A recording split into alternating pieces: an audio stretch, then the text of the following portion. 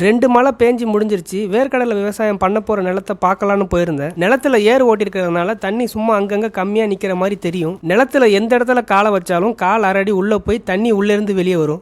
மழை முடிஞ்சு ஒரு சில பேர் வேர்க்கடலை பயிரிட்டு இருக்காங்க. அவங்க பயிரெல்லாம் இந்த 2வது மழையில மாட்டிக்கிச்சு. நம்ம குட்டைகள்ல பாருங்களேன் தண்ணி எவ்வளவு நிரம்பி இருக்குன்னு. மழை பேஞ்சு முடிஞ்சு நிலத்துல இருக்கிற நீர் அளவை விட குட்டையில இருக்கிற நீர் அளவு மேல இருக்கும். ஏன்னா நம்ம குட்டை கரைகள் ரொம்ப உயரமா இருக்கும். மழை பெஞ்சு 2 நாள் கழிச்சு நிலத்திலையும் குட்டையிலையும் நீர் அளவு சமமாயிரும். இந்த மாசம் கடைசி வரைக்கும் மழை சொல்லியிருக்காங்க. அதனால நிறைய பேர் வேர்க்கடலை பயிரிடுறதுக்கு பயந்துட்டு உட்கார்ந்துருக்காங்க. அதுல நானும் ஒருத்தன். உண்மையாவே பயப்பட வேண்டிய ஆள் நான் தான். ஏன்னா நான் இயற்கை விவசாயம் பண்ண போறேன். எந்த பயிரா இருந்தாலும் இயற்கை விவசாயம் பண்ணாலே மகசூல் கம்மியா இருக்குன்றது இருக்கிற விஷயம் தான். அந்த விஷயத்தை முறையடிக்கணும்ன்ற ஒரு நோக்கத்துல தான் 2 வருஷத்துக்கு முன்னாடி வேர்க்கடலை விவசாயம் பண்ணேன். வேர்க்கடலையை பயிரிட்டு 8 நாளுக்கு அப்புறம் பெஞ்ச மழையில கால்வாசிக்கும் மேற்பட்ட செடிகள் தண்ணிக்குள்ள மூழ்கி அழுகி போச்சு. இந்த வருஷம் இயற்கை விவசாயம் பண்ணி எனக்கு கிடைக்கிற மகசூல் செயற்கை விவசாய மகசூல் அளவுக்கு வருதான்னு பார்க்கலாம்.